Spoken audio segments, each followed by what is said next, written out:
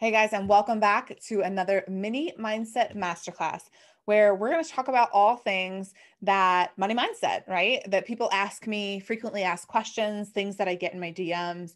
And I want to address these things on a larger scale because I know that if a couple people are asking, that there are other people who have the same questions. So I figured this would be a really good way to get my 15 plus years experience in the financial services industry out to you guys to be able to deliver the messages and answer the questions that you guys have.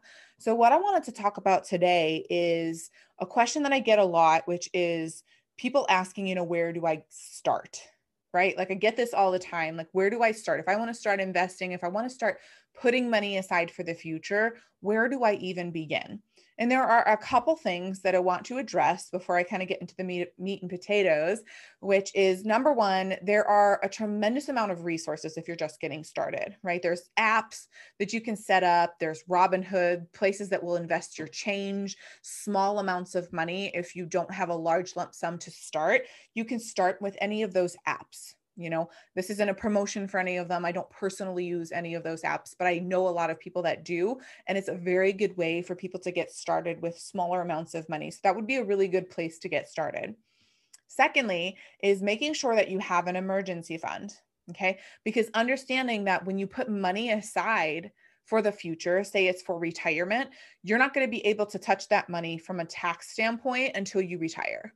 Right? Until you reach the age of 59 and a half. So that's real as it sits today under current law. So, you want to make sure that you have quite a bit of time if you're putting money in IRAs and different things like that, that you can let that money sit. Okay. And if it's not money that you're putting away for retirement and you just want to invest in the market, know and understand that the market fluctuates. Right? These are very basic terms, but I just want to make sure that people understand, you could put $1,000 into the market today and have 750 tomorrow, especially with the volatility and the way things have gone over the last few years in the markets, that's a very quick way to gain and lose money. Right? So ultimately understanding that it's kind of like gambling. So if you're going to go ahead and put money in the market, just make sure that you've got a backup reserve so that if you need some money, you're not just dependent on the money that you just bought stock with, right? So making sure that you're doing that research. Also, making sure that you're educating yourself on some of the terminology. So if you want to get started, make sure that you do some research. This is your livelihood. This is your money. This is your future, right? And so our industry, the financial services industry, tends to be very complex, and this is something I've been doing for over 15 years in this industry. And so, I have people come to me with all kinds of different backgrounds that just simply don't understand the lingo because it's not their area of expertise and it's very complex as it is. So just educate yourself on some of the terms, becoming the type of person who understands this. This is your future. This is your livelihood. And so making sure that you understand what it is that you're actually getting yourself into so that you don't make a costly mistake. So those are some things that I think are really important, but even above and beyond all of that, what I believe is extremely important, because through the years, I have seen the difference between people who are living paycheck to paycheck, don't have enough money to live comfortably, let alone retire. And then I've seen the other half of the people who are living life on their terms, are able to live abundantly and basically do whatever it is that they choose and retire with more than enough, leaving quite a bit of legacy to their loved ones. I've been able to see the difference between those two. And what I would say that it actually boils down to is this: their thoughts and beliefs about money, their mindset.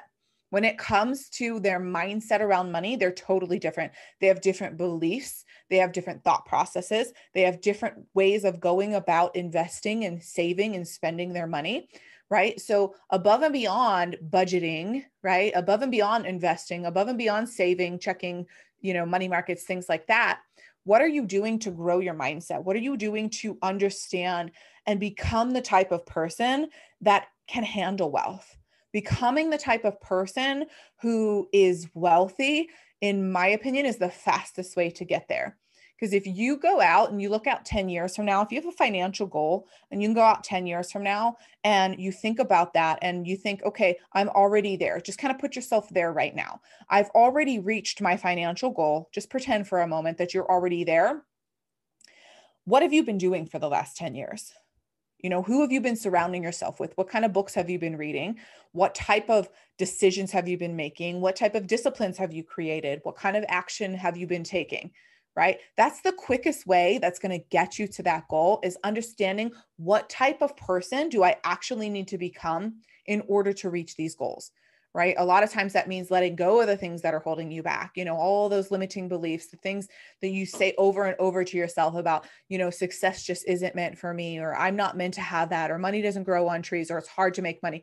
Things like that, if they're coming up for you, understand and know that those are things that need to be addressed, right? Bring those to the awareness so that you can release them, shift them, reframe them. Okay. Because I can tell you one thing, that wealthy people do not think those things. They don't say those things. They don't act on those things. Okay. So it's more about becoming the type of person who has the wealth that you desire. And that's the fastest way that you're going to get there.